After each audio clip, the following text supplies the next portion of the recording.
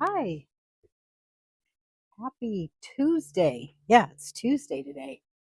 So it's still like drizzly, and I didn't really want to set up outside and paint and have to worry about the masks getting wet. But what I'd like to do today while I'm working on the masks, and I'll show you what I'm doing. I'm painting the inside gold, and then the outside is that tan color, which is this color.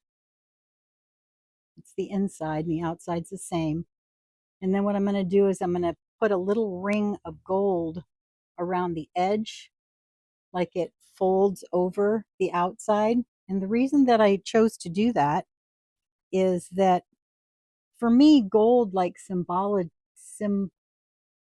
that word? Symbolically, there's the word, symbolically represents like our inner light. And so I wanted to create a sense of that inner light shining so brightly that it begins to spill out on our outer world. So that's my idea.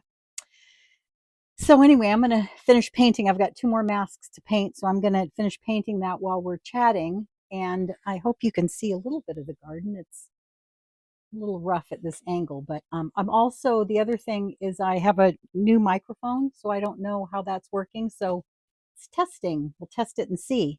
But what I wanted to do is I wanted to just share a little experience that I had a couple of weeks ago, a gardening experience. So I was transplanting plants, and they were fairly large, well established. And my girlfriend, who I was helping in her garden, we wanted to move them from one planter bed to another planter bed where they would do better.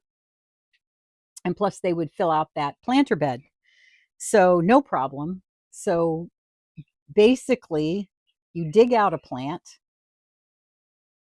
you dig a hole, and you plant the plant.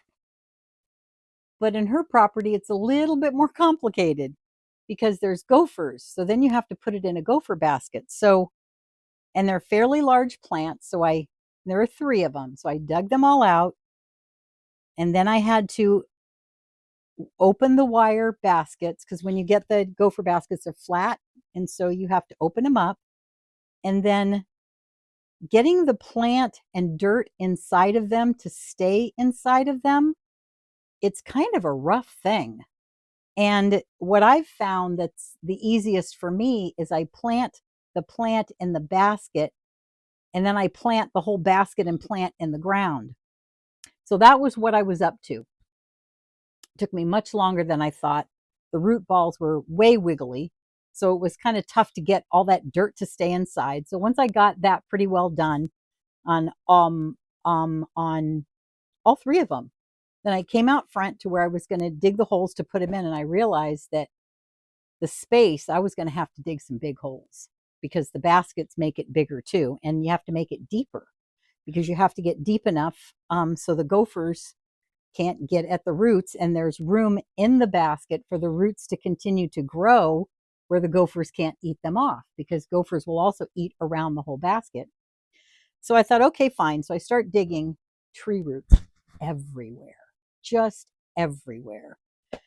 And so there was a lot of cutting and chopping and getting tree roots out of the way just to dig the hole. And when I got to the bottom of the hole, I realized that the substrate, the native soil, was really sandy and silty, sandy, and clay all together. So, not the best for at least annual or perennial plants to thrive. Trees and bigger shrubs do okay. So I had to dig even deeper so that I could mix that soil up with some good soil, with some good topsoil. So I took all the soil out of the holes and mixed up in the bottom, finally was able to stick the plant in the hole, fertilize it, backfill it, water it in, tamp it down so that there's no air pockets, water it again, tamp it down again. And it's so muddy because it's so wet, which is awesome for the roots of the plant. It's just you turn into a mess. I was a muddy mess when I was done. So then after you're done with all that, then it's top dressing. So this job that I thought was going to be pretty quick and easy turned into like a 3-hour job just to get all that 3-hour project, just to get all those bits and bobs coming together. Here I'm talking and I'm not painting, coming together so that the plants would be happy and my friend would be happy with the placements of the plants. And it was just, it was this big long thing. And I was walking around the house when I got home after doing that, and I was just kind of talking out loud to myself about the project. And later on that evening, I was having a conversation with a friend, and he said, "You should like record that because that's like valuable information." And I thought, okay, that's interesting. I think I'll try it. And while I'm trying it, I think I'll continue to paint.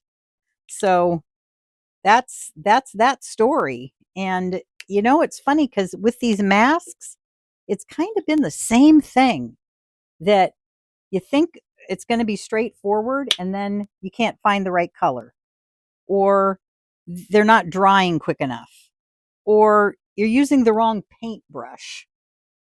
Um, oh, you know, projects like that, they just go on and on. And one of the things that I think is so interesting about both of the projects, the plant, anything you're doing in the garden, planting and creating that project, or a creative artistic project, in our heads, it's always quicker and easier.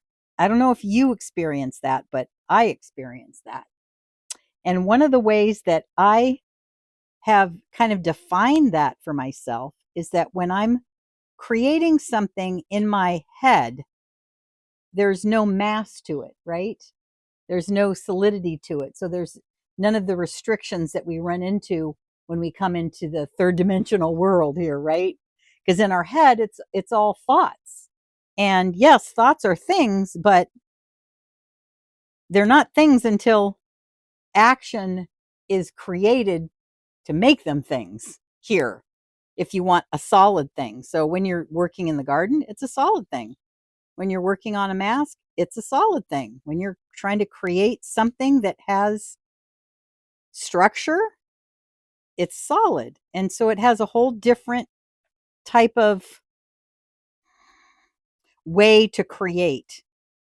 And so what I'm finding very interesting with those two projects, and just the idea of creating videos for you all and for me, I mean, they're for me. I'm learning about myself here every day, every time, but setting up for the shot, right? I never thought of that before I started.